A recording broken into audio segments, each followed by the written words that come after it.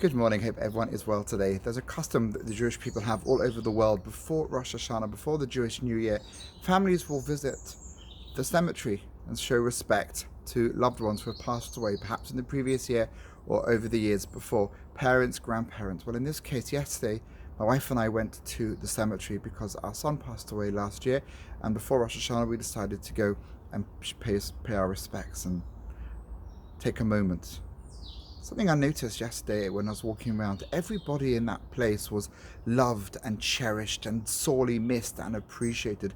No one had a stone that marks where they're buried saying, this guy was a right pain in the neck. I hated her. She was not nice. He was cruel. He was show-off. He was cocky. She was nasty and spread gossip about me. Everybody in that place, in Agecroft Cemetery, had something nice said about them. And it's so true that often we only appreciate how people are nice when they're no longer amongst the living. So-and-so died, tragically, aged 99, sorely missed and loved by her parents. Oh, Grandpa was the best, Dad was amazing, this one was brilliant. Everyone is brilliant. And as we walked away, I thought to myself how sad and tragic it is that it's only in this place, in a cemetery, that everyone is perceived as having had the most wonderful life and playing a part in society that was so meaningful. But outside of the gates, in the real world, where we interact with people, that's when it goes wrong. That's when we don't see people's kindness and people's beauty. And that's where we fight, and that's where we get angry, and that's where we get hurt when people upset us, and that's where people push us to do things we don't want to do, and where we do things that we don't want to do, and things that we would never want to have etched on a stone that will forever mark the place where we are buried. So I was feeling a little bit cynical and quite distant from people and society, and wondered how it can be different. Fast forward a few hours and I get a frantic phone call from one of my kids. Abba, she said, on a number that I didn't recognize on my phone dropped on the bus and I don't know what to do. So I decided to phone her number, and a man answered. I went, hi, I'm the dad of the girl whose phone you found. Where are you? Let me come and find you, and I'll find you, and I'll fly attacking me, and I'll come pick the phone up. He goes, oh, I'm in a pub near the Arndale Centre. So I said, well, wait there, I'm coming right away to find the phone. And I was a bit dubious. Would he ask me for money? What would he want? This phone is not an expensive phone, so there's no value in the phone. And I got in the car straight away and drove into town to find the pub.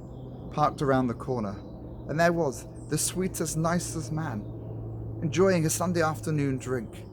A grandpa. And he said to me, I could see the phone wasn't worth very much. It's a cheap old handset. It's not a smartphone. It's just allows you to dial on. But I thought to myself, here's a young person who's lost their phone, and it's not the value, but it's their contacts, it's their friends, it's all the numbers that are important to them. And I wanted to be able to give it back. And there I had it. If earlier in the day I was wondering how is it that in the real world people are not always so nice, that only when they've passed away do we then appreciate them, here I was being shown, I was being reminded of the beauty of humanity, that people are kind, people are nice. But more than that, I told him, you've given me my assembly for Monday morning, you've given me something to share with the world. Why? Because this is a message that's worth sharing. It's true, people aren't always nice. People don't always do what they should. People can hurt and people cause pain. But there are good people out there.